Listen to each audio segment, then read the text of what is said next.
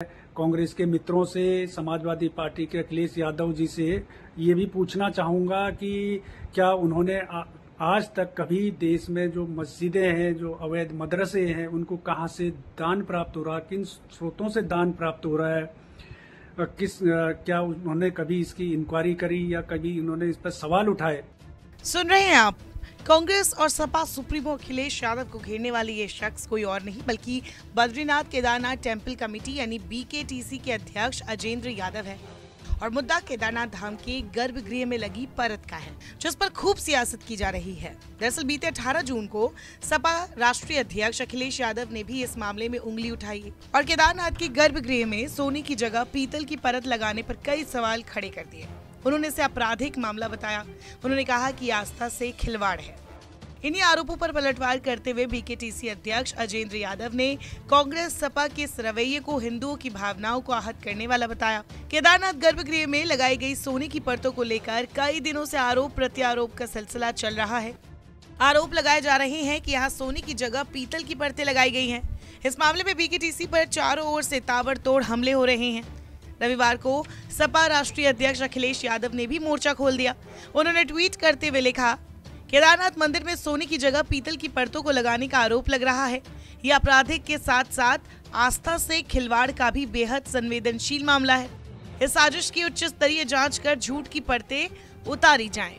इन आरोपों का जवाब देते हुए BKTC अध्यक्ष अजेंद्र यादव ने कहा कि महाराष्ट्र के एक दानी ने सोने की परत चढ़ाने की इच्छा जताई थी। बोर्ड ने इसे मंजूरी दी।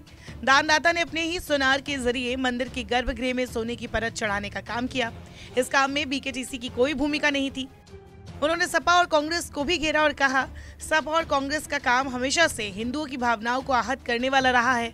इन दलों ने कभी भी देश में अवैध मदरसों और मस्जिदों को मिलने वाली मदद पर सवाल नहीं उठाए। उनकी नजर हमेशा हिंदुओं की भावनाओं को आहत करने पर ही रहती है। आप भी सुनिए अजेंद्र यादव ने क्या कुछ कहा।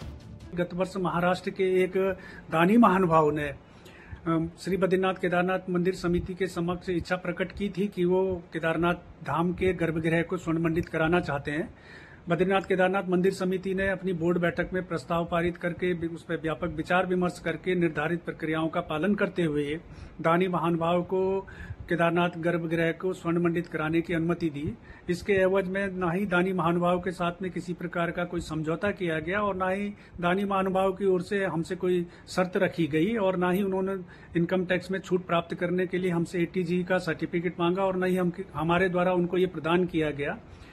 मंदिर समिति ने भारतीय पुरातत्व सर्वेक्षण विभाग के विशेषज्ञों की देखरेख में ये कार्य संपादित करवाया और ये भी मैं स्पष्ट करना चाहूंगा कि दानी महानुभाव के द्वारा स्वयं के स्तर से, स्वयं के ज्वेलर्स के माध्यम से ये कार्य संपादित कराया गया और इससे पूर्व वर्ष 2005 में इन्हीं दानी महानुभाव ने श्री बद्रीनाथ धाम के गर्भगृह को भी स्वर्ण मंडित कराया था और इन्हीं ज्वेलर्स के माध्यम से उन्होंने ये कार्य संपादित कराया था। कांग्रेस ने हमेशा से हिंदू विरोधी मानसिकता का परिचय दिया है। उसने हिंदुओं की धार्मिक भावनाओं के साथ में खिलवाड़ किया है। हिंदुओं के जो मान बिंदु है, संस्कृति है, उसके साथ में उन्होंने छेड़छाड़ की प्रयास किया है और हिंदू धार्मिक स्थल हैं उनके गरिमा के साथ में ठेस पहुंचाने का उन्होंने प्रयास किया है। और ये इसी क्रम में अब ये केदारनाथ धाम में, क्योंकि आप जानते हैं कि गत वर्षों से केदारनाथ धाम का में देश विदेश से बड़ी भारी संख्या में श्रद्धालु पहुंच रहे हैं। नए रिकॉर्ड केदारनाथ धाम की यात्रा का बन रहा है।